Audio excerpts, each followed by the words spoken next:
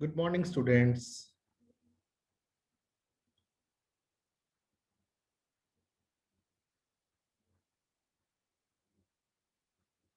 I am Uttam Chatterjee, and I have been teaching chemistry since last 20 years.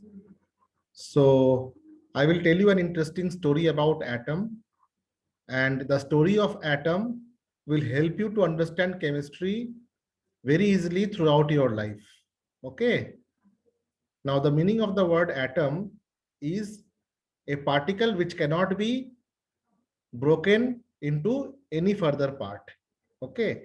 A means not, and Tommy means breakable. The word or anything which can be cut.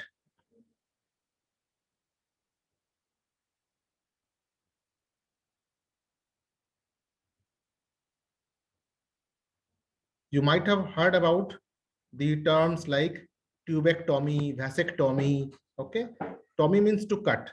So atom means particles which cannot be divided or cut or break or can be broken into any further part. Atom का मतलब क्या होता है? Particle which cannot be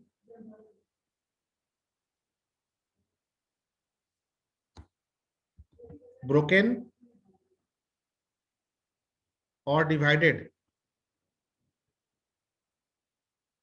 into smaller particles.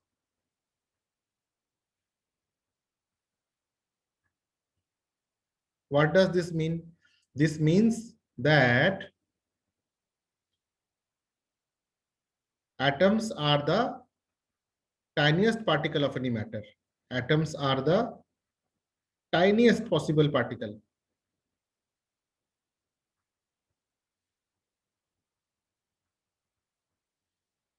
of any matter. किसी भी matter का सबसे छोटा सा पार्टिकल जो है वो क्या होता है? वो होता है एटम. तो क्या ये बात सच है? ये बात सच है या झूठ है? इसे हम पता करेंगे इन आवर फर्दर डिस्कशन. ठीक है, तो एक बार रिवीजन के लिए मैटर का डेफिनेशन क्लियर कर दे. मैटर क्या होता है? Matter means anything that has mass and occupies space.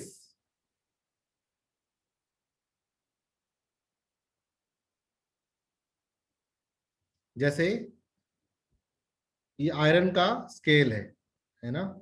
ये आयरन का स्केल तो किससे बना हुआ है? आयरन से बना हुआ है. ठीक है, इसमें आयरन के एटम्स होंगे. उसी प्रकार से कोई अगर हम एलिमेंट ले, जैसे ये वॉच है, स्टील का बना हुआ वॉच है ना? तो ये स्टील, जो स्टील पार्ट है इसका, इसमें क्या क्या एलिमेंट्स है? कार्बन है, आयरन है ना? लेकिन अगर हम कोई ऐसा सब्सटेंस ले, जैसे ये प्लास्टिक का सॉसर है ना? ये प्लास्टिक का सॉसर है, इसमें कई सारे पार्टिकल्स होंगे और अलग अलग तरह के एटम्स होंगे. यानी कि कोई मैटर जो है सेम टाइप ऑफ एटम से बना हुआ हो सकता है या डिफरेंट टाइप ऑफ एटम से बना हुआ हो सकता है. अगर सेम टाइप ऑफ एटम से बना हुआ हो तो उसे हम कहते हैं एलिमेंट. वो मेटल हो सकता है या नॉन मेटल हो सकता है. ठीक है, तो देखते हैं आगे. जो मैटर है ये प्योर हो सकता है, means made up of same type of मॉलिक atoms, made up of same type of atoms, जिसे हम एलिमेंट बोलते हैं. और एलिमेंट क्या हो सकता है? या फिर मेटल या फिर नॉन मेटल. एक और भी है, उसे हम कहते हैं मेटलॉइड, जिसके बारे में हम थोड़ी देर बाद डिस्कस करेंगे. मेटलॉइड. तो कोई भी जो मैटर है वो मैटर टाइनी टाइनी पार्टिकल से बना हुआ होता है, टाइनी टाइनी पार्टिकल से बना होता है. और सबसे टाइनी पार्टिकल जो होता है उसे हम कहते हैं एटम. लेकिन अगर कोई मैटर में मोर देन 2 टाइप्स और मोर देन 3 टाइप्स पार्टिकल्स हों, ठीक है, तो वो कंपाउंड हो सकता है या मॉलिक्यूल हो सकता है, इसके बारे में भी हम डिस्कस करेंगे। लेकिन ये सब चीज जानने से पहले हमें ये जानना पड़ेगा कि एटम जो है उसका शेप, साइज, स्ट्रक्चर कैसा होता है, ठीक है। तो स्ट्रक्चर ऑफ एटम को समझने के लिए सबसे पहला जो पॉइंट्स दिए गए थे वो जॉन डाल्टन के द्वारा दिए गए थे, और काफी हद तक वैलिड था, कुछ एक पॉइंट्स डिबेटेबल भी थे, तो हम देखेंगे, ठीक है। तो इस प्रकार के मैटर जिसमें मोर देन 2 टाइप्स ऑफ और more than 1 type of atoms are there, it can be compound, okay, like carbon dioxide, dry ice, है ना, आइस, ठीक है, ग्लूकोज 6C6H12O6, इसमें more than 1 type of atom है, ये सब क्या है, कंपाउंड है। लेकिन अगर हम बात करें मेटल्स की, जैसे गोल्ड, सिल्वर, प्लैटिनम, है ना, ये सब क्या है, सेम टाइप ऑफ एटम से बना हुए हैं। तो ये जो एटम्स होते हैं इनके स्ट्रक्चर को जानने के लिए हमें किसी प्योर एलिमेंट को स्टडी करना पड़ेगा। तो इररिस्पेक्टिव ऑफ मेटल और नॉन मेटल, हम पहले पता करेंगे how an atom looks like, how an atom looks like. तो इसको पता करने के लिए कई सारे साइंटिस्ट्स ने कई तरह के थ्योरीज दिए हैं, और उन थ्योरीज के कई सारे पॉइंट्स हैं जिन्हें हम पोस्टुलेट्स कहते हैं, ठीक है। When a theory contains more than 1 point, then those points are called as postulates. Okay. So let us first of all start with the postulate of Dalton's atomic theory. Postulates of Dalton's atomic theory.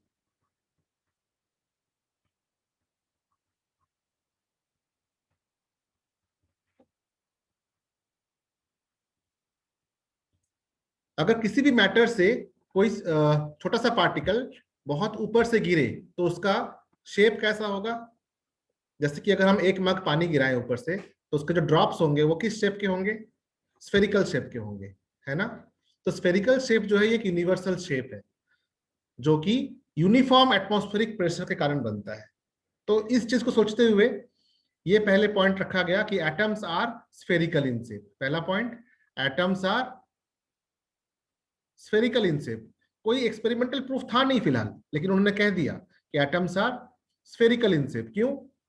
क्योंकि कोई logic है नहीं कि atoms जो है वो square हो, atoms जो हो वो क्यूबिकल हो, एटम्स जो है वो कोनिकल हो, ऐसा कोई लॉजिक नहीं है। लेकिन ये लॉजिक जरूर है कि जो पार्टिकल्स, छोटे वाले पार्टिकल्स होंगे, एक पॉइंट पार्टिकल्स, पॉइंटेड पार्टिकल जो है वो स्फेयर की तरह हो सकता है। एक छोटा सा पॉइंट जो है इसको अगर हम मैग्नीफाई करेंगे तो एक स्फेयर बन सकता है। A pointed particle can be spherical, so atoms are spherical in shape, ठीक है। ये मैंने इसलिए बताया कि आपके माइंड में ये ना आए कि मैं कैसे बताया, एक्सपेरिमेंट क्या किया था, कैसे प्रूफ किया। इसलिए प्रूफ किया कि जो कि पार्टिकल्स बहुत छोटा है, तो एक छोटा सा पॉइंटेड पार्टिकल, उसे अगर हम मैग्नीफाइड वे में सोचे तो एक स्फेयर हो सकता है। Atoms are spherical in shape, जो कि बाद में एक्सपेरिमेंटली सही भी पाया गया। दूसरा, atoms are not divisible, atoms are not divisible. Atoms को हम फर्दर तोड़ नहीं सकते हैं। हाँ, जिसने कुछ एक्स्ट्रा पढ़ाई कर रखी होगी वो बोलेंगे एटम्स को तो तोड़ सकते हैं, एटम्स के अंदर इलेक्ट्रॉन, प्रोटॉन और न्यूट्रॉन होते हैं, ठीक है। हाँ होते हैं, लेकिन अगर हम इलेक्ट्रॉन, प्रोटॉन और न्यूट्रॉन को अलग कर दें तो उस मैटर का कोई एग्जिस्टेंस नहीं रहता, ठीक है। वो जो पार्टिकल्स हैं वो वेव की तरह दिखते हैं, है ना, वेव की तरह दिखते हैं।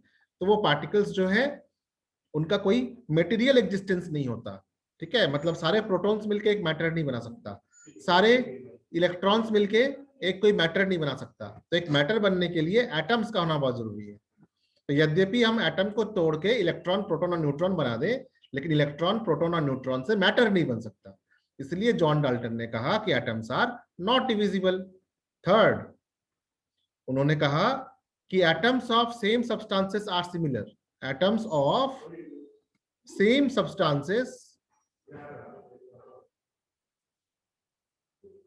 Are similar. सही बात है। अगर हम गोल्ड देखेंगे तो gold will be made up of gold atoms,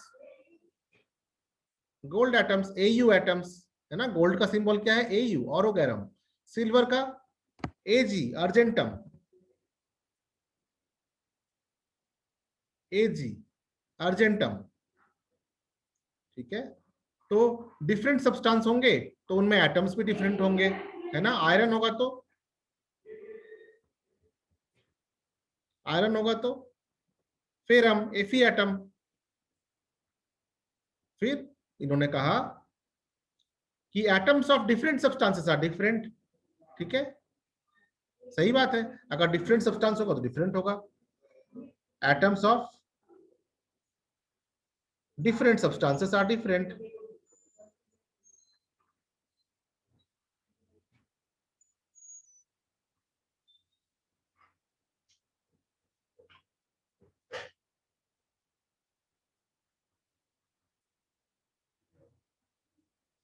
next, फिर उन्होंने कहा कि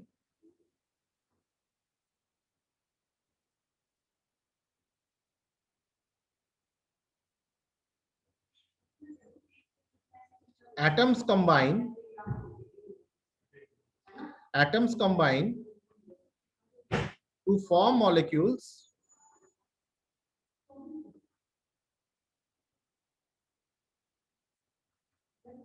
in a simple whole number ratio, in a fixed simple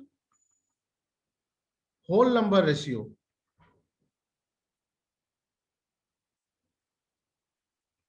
जैसे H2 और O2 अगर वाटर बने तो हमेशा 2:1 के फॉर्म में होगा। कार्बन और ऑक्सीजन मिलके अगर CO2 बने तो CO2 हमेशा 1:2 के फॉर्म में होगा, ठीक है। और लास्ट पॉइंट क्या दिया था इन्होंने? लास्ट पॉइंट दिया था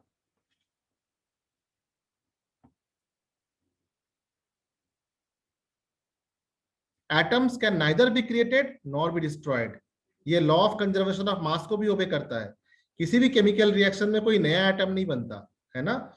उन्हीं एटम्स का रिकम्बिनेशन होके, रीअरेंजमेंट होके नए मॉलिक्यूल्स बनते हैं। अगर हर एक रिएक्शन में नए एटम बनेंगे तो क्या होगा? पृथ्वी में नए नए मॉलिक्यूल्स बन जाएंगे और पृथ्वी का वेट बढ़ जाएगा, यूनिवर्स का वेट बढ़ जाएगा।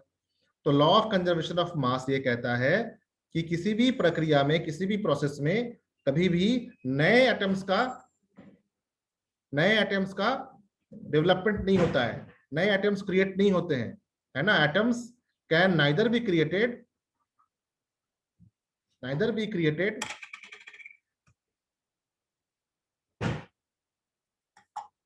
Nor be destroyed.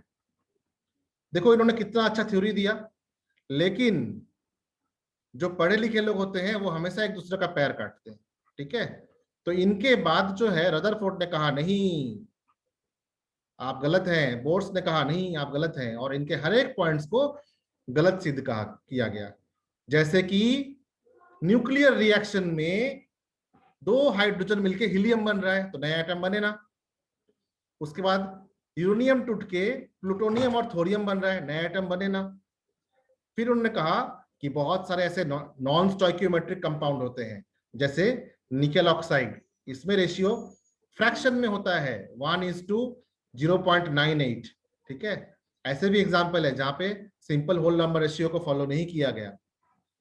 फिर सिमिलर सब्सटेंसेस में भी डिफरेंट एटम्स हो सकते हैं। जैसे अगर हम ग्राफाइट ले लें, जैसे कार्बन C612 और कार्बन C614, किसी भी कार्बन के सैंपल में दो अलग अलग तरह के एटम पाए गए तो ये भी गलत हो गया इनका कहना कि सेम सब्सटेंस में सेम तरह के एटम होंगे। फिर इनका यह कहना भी गलत पाया गया कि डिफरेंट सब्सटेंस में डिफरेंट एटम्स होंगे। जैसे डायमंड ले ले, डायमंड में भी कार्बन है और ग्राफाइट में भी कार्बन है, चारकोल में भी कार्बन है। तो डिफरेंट सब्सटेंस में भी सेम एटम्स पाए जा सकते हैं। और ये तो आपको पहले ही पता है, आप लोगों ने बहुत एक्स्ट्रा पढ़ के रखा होगा कि एटम्स को डिवाइड किया गया है और उसमें से इलेक्ट्रॉन, प्रोटॉन, न्यूट्रॉन निकाला गया है। तो एब्सोल्युटली ये कहना कि एटम्स आर नॉट डिविजिबल, ये भी गलत है। लेकिन इन सभी गलतियों में कई सारे सत्य तथ्य भी हैं। इसलिए किसी भी एटम को इमेजिन करने के लिए डाल्टन्स एटॉमिक थ्योरी को दिमाग में रखना बहुत जरूरी है। तो किस प्रकार से इनके पॉइंट्स के ड्रॉबैक्स निकाले गए थे, इस पर मैं अपने अगले क्लास में चर्चा करूंगा। आशा करता हूं आपको एटम्स का एक पिक्चर आपके माइंड में क्रिएट किया हुआ गया होगा। अगर नहीं क्रिएट किया है तो आप मेरे वर्चुअल बैकग्राउंड को देख सकते हैं। मेरे वर्चुअल बैकग्राउंड में आपको एक एटम का पिक्चर दिख रहा है, जिसमें बीच में एक शाइनिंग सा बॉल है, उसके आसपास कुछ रिंग्स है। ये जो रिंग्स है ये ऑर्बिट्स हैं, जहां पे इलेक्ट्रॉन्स घूमते हैं और बीच में न्यूट्रॉन्स और प्रोटॉन्स रहते हैं। इसके बारे में डिटेल डिस्कशन हम नेक्स्ट क्लास करेंगे। आप इस वीडियो के कमेंट सेक्शन में अपने क्वेश्चंस और अपने व्यूज डाल सकते हैं। मेरे साथ बने रहने के लिए थैंक यू।